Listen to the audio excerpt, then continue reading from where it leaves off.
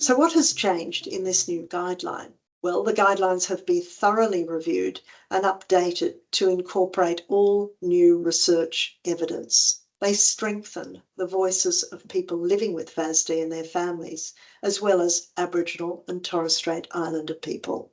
In addition, there is more emphasis on a lifespan approach, emphasising the fact that FASD is not a condition restricted to children. For clinicians involved in assessment for FASD, there are several changes to the diagnostic criteria. As in the previous guide to diagnosis, the first criterion A, is prenatal alcohol exposure. Clinicians are given guidance about what constitutes a significant level of alcohol exposure to warrant concern or require further assessment. Clinicians are reminded that many women drink before they realise they're pregnant and then stop drinking once their pregnancy is confirmed. So it is important that they ask about alcohol use both before and after pregnancy recognition. The presence of all three sentinel facial features, the short palpable fissure, thin upper lip and smooth philtrum, can be considered indicative of prenatal alcohol exposure, even in the absence of a confirmed history of alcohol use in pregnancy. Confirmation of prenatal alcohol exposure may be obtained through various different mechanisms. Through direct maternal report of alcohol use in the index pregnancy, through report from a witness who directly observed prenatal alcohol use, and using information obtained through medical and other records, including child protection and justice records. The second criterion B, for the diagnosis of FASD, is neurodevelopmental impairment, which should be demonstrated in at least 3 domains of function. However, there have been some changes to the names of the neurodevelopmental domains. For example, cognitive impairment has been replaced by intellectual ability. Language has been replaced by communication, and academic achievement has been replaced by literacy or numeracy skills. Finally, the domain of affect regulation has been replaced by emotional and/or behavioural regulation. The domains of motor skills, memory, attention, and executive function remain. Thirdly, to meet FASD diagnostic criteria, the observed neurodevelopmental impairments must, firstly, have a significant impact on the child's functioning, meaning that they will need additional support at home and/or school, and the impairments must have their onset during the period of child development. The fifth criteria E, reinforces the need to ensure that the individual's presentation is not better attributed to another diagnosis or exposure.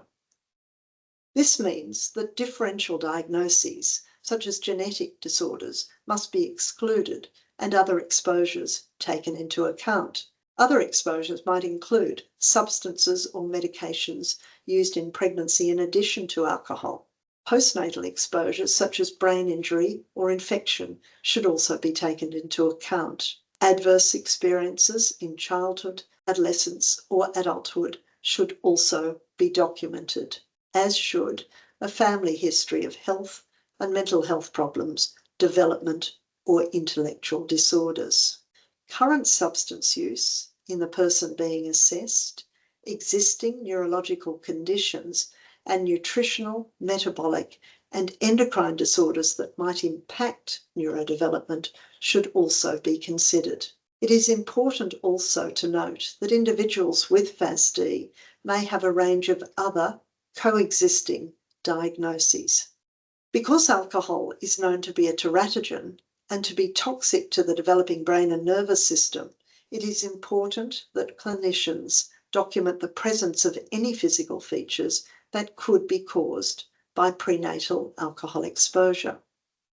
These include the 3 sentinel facial features and other facial dysmorphology, head circumference, weight and length at birth, and weight and height postnatally, The relevant measurements should be taken and the percentile or standard deviation should be recorded. Clinicians should also record significant clinical symptoms, neurological conditions, birth defects, and diagnoses such as those that fulfill DSM-5 criteria, including ADHD, ASD, and mental health conditions. As with any diagnosis, when assessing an individual for FASD, clinicians should use their clinical judgment regarding the most appropriate assessment tool and the interpretation of test results. Finally, children and individuals who have confirmed prenatal alcohol exposure but fail to meet the diagnostic criteria for FASD may be considered at risk of FASD and may require subsequent assessment as they get older.